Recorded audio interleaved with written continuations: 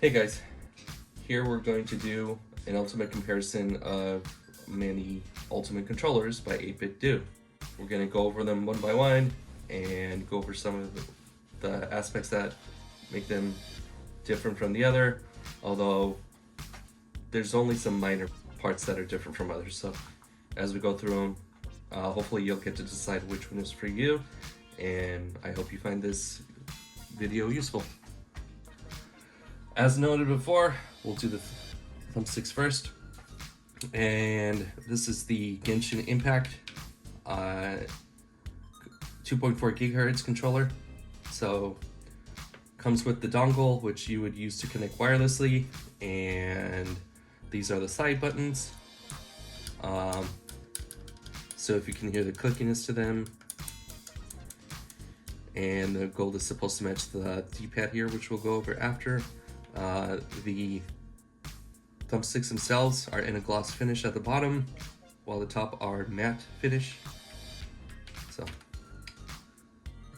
and here we have the FC40, and be aware of this controller, as it actually scratches pretty easily and is a magnet for fingerprints. This happened just with a little bit of use. So right here, it got scratched just by coming out of the box. So keep that in mind. But as far as the joysticks, they're finished in zinc alloy.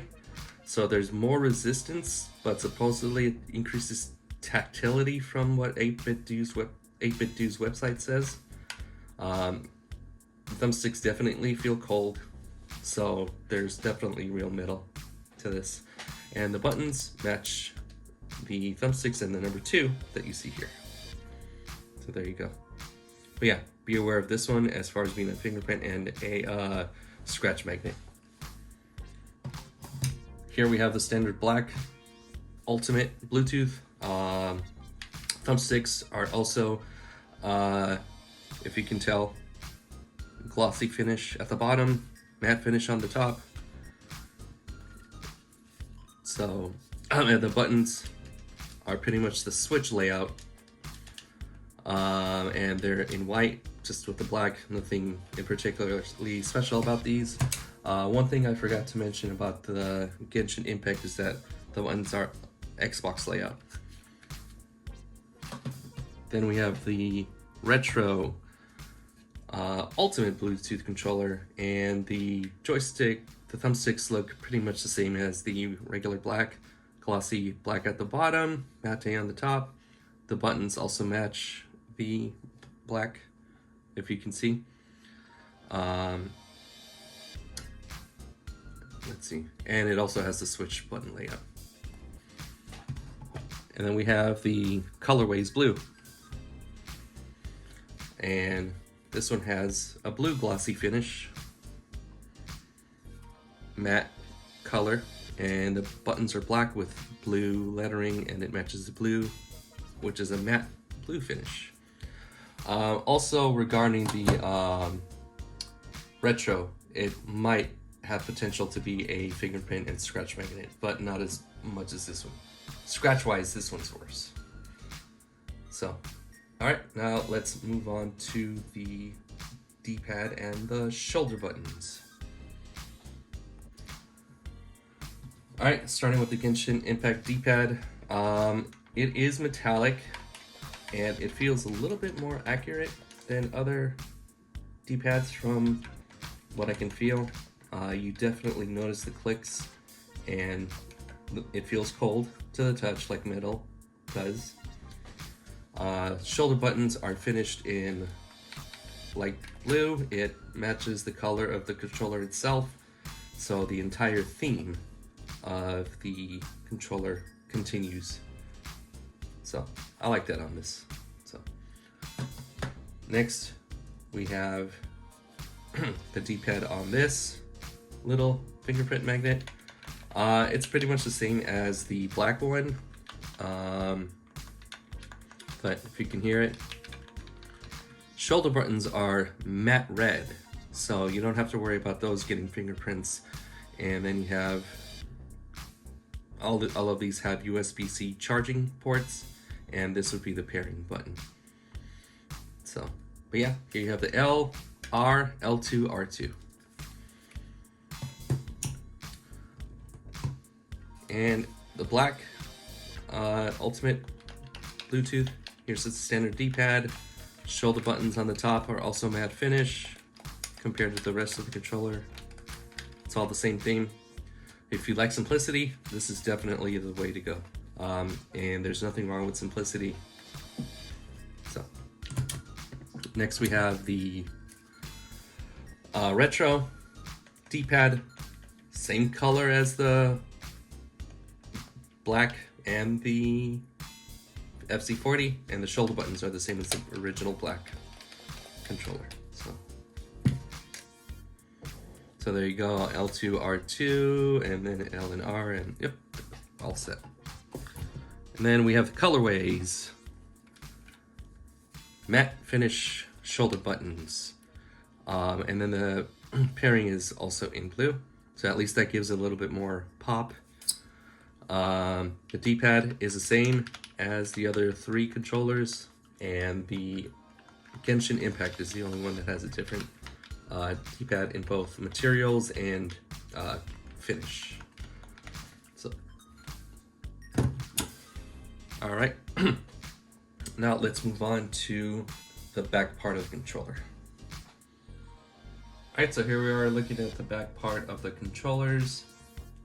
Let's start with the Genshin Impact, and the color of the controller is pretty much even throughout. It follows the theme. It's light blue, dark blue back buttons, and the connector button here is either X or D.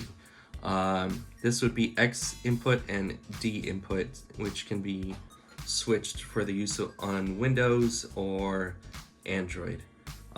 It should be compatible with the Steam Deck as well. So, but yeah, overall fit and finish for this one I think is really nice. So, okay, moving on to the FC40. This one is finished in cream beige color, and this has the Bluetooth and 2.4 gigahertz that you can select, so using the dongle or not. And the back buttons match the back of the controller. So let's go ahead and look at it from around. Hopefully you get an idea of what you want to get. So, yep, and wipe that off. All right, there you go. Next, we got the standard black Bluetooth, Ultimate Bluetooth, and the back switch is the same as the FC40, 2.4 gigahertz, and Bluetooth. So buttons match. So all around, like I said, this is probably one of the simpler controllers to get, and I've used it a lot as my daily driver, and it's been a really good controller. So, yeah, there you are. Now moving on to the retro. This one disappointed me a little bit because it's basically the black. So it's like the back half is plain, and the front has all the fun and detail, and here's the fingerprint now. Anyways, I definitely think that having this all in retro would have been a nice touch. I don't think it's due to budget constraints, because I mean, the Genshin Impact controller, all around it has the colors, so even if they didn't design it, if they could have used one of the shades of green to go along with this, would have been nice. So it also has the 2.4 gigahertz and Bluetooth switch in between, two back paddles. They all use USB-C, and it should take about 2 hours to charge, and the battery's anywhere between 15 to 22 hours, depending on the model. So, and then we have the blue colorways. And this one also has the 2.4 gigahertz with Bluetooth and a blue switch. So, you know, it would have been nice to have more blue, but at least these two little parts have the blue, and it gives it a little bit more of a nice pop to it. Plain white color in the back. So here you have the colorways blue. And next we'll move on to the cables, charging docks, and the dongles. Okay, so here's the charging dock, and one thing to be aware when it comes to the charging docks is that the dongle is stored inside. Here at the bottom, there you see 8bitdo dongle, just take it out, stored in with a USB. So I think that's a neat little feature, and it matches the color of the charging dock. So as far as fit and finish, there's this little snowflake logo, all the ice light blue effects. The entire dock is also light blue, so I mean it's all finished. It's complete as far as from an aesthetic perspective. I think this is probably the most complete of all the controllers.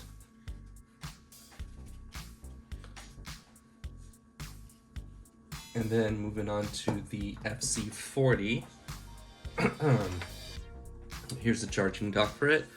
The FC 40th anniversary, painted in gold with an underline, also painted in gold.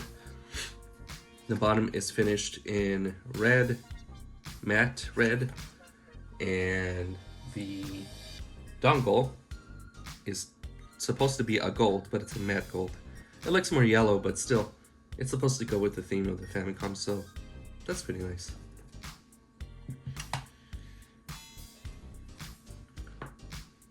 And regarding the cable, here's the cable that comes with the Genshin Impact. Matches once again, and this one is braided. Unlike all the other controllers, this one comes with the braided USB-C cable. So keep that in mind if that's a big deal to you. And there's the logo with the heart. FC40 comes with the red non-braided cable, but it doesn't feel cheap. I will say that much. 8bitdo's cables usually feel pretty on par for standard cables. And here's the black one with its dongle. So 8bitdo logo matching perfectly across the board, and the bottom is also in black. The cable, plain Jane black, with the heart logo and 8bitdo right there. Now, here's the dock for the retro, and it says 8bitdo 10th anniversary, repeatedly. Press start, 8bitdo options. So, and you have a bit of a 8-bit nostalgic picture. Similar to the controller. I wish they could have done more with it. It feels a little bit plain from the back and on top, as well as the dongle itself. They're both black, so they match the original black controller. Not against the black, just, you know, from the money and the advertising that they put of it being a special edition, they could have done a little bit more. And the cable that comes with it. So I don't see. Oh yeah, and there's the 8bitdo logo right there, heart logo right there. And then you have the colorways one, and it is all covered in blue. So this is perfect as far as like what I was hoping with the controller itself to be in all blue. Sure, it's got a little black here, but that's the rubber to keep it from moving. Totally makes sense. So then it comes with the logo. The dongle is also in blue, so all they had to do was paint the back blue. But, you know, at the same time, at least it's still different enough. So it's definitely more complete. Comes with the white cable. And next, we'll move on to special accessories for 3 out of 5 of the controllers. Alright, the first of the special accessories we'll get out of the way will be the colorways one. It comes with 2 thumbstick caps in red and blue. The colorways of this edition actually comes in blue and red. So if you order this controller or the red one, you'll get this included. So yeah, nice little touch, and you'll be able to protect your thumbsticks. Then we have the FC40 here, and it comes with this little clear sheet that says certificate, FC 40th anniversary, 8bitdo Ultimate Controller F40. This one means player 2. The Famicom had player 1 and player 2 on their controllers printed. And 1983 limited edition, in total 1,983 units. It also represents the year that the Nintendo Famicom was made. And here is 8bitdo's logo. Then it comes with this keychain. And here it says FC40, everything old is new again, 8bitdo's logo. And then here it has a little classic controller in memory of FC, or Famicom, since July 15th, 1983, the release date that it so happened to come out. And then here you have thumbstick caps that say FC40 or 1983 to 2023, so 40th anniversary. Nice little touch.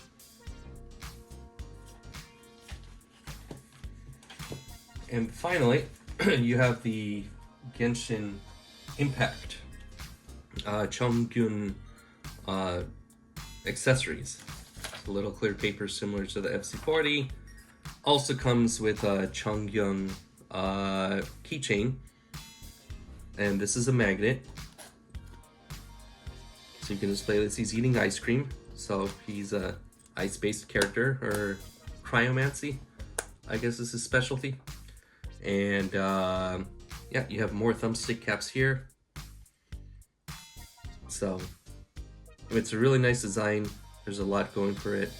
I think as far as the total package, the Genshin Impact would be the winner as far as what it offers. I mean, from my understanding, from the feedback that I've read on forums and other websites, this character isn't the most major, but even from a design perspective, I think it looks really nice.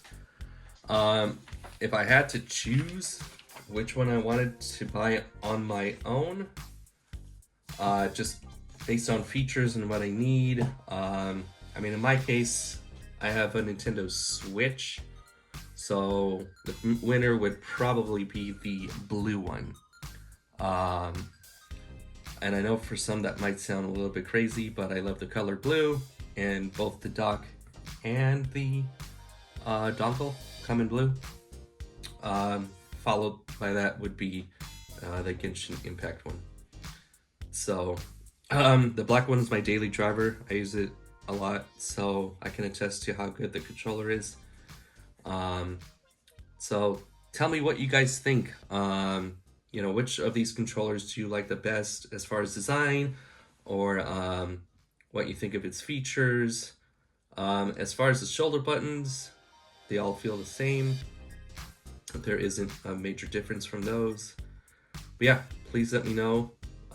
Comment, like, subscribe for more videos, more content. It'll help the channel grow. And that's about it. Thanks a lot. Till next time, have a good one. Thank you.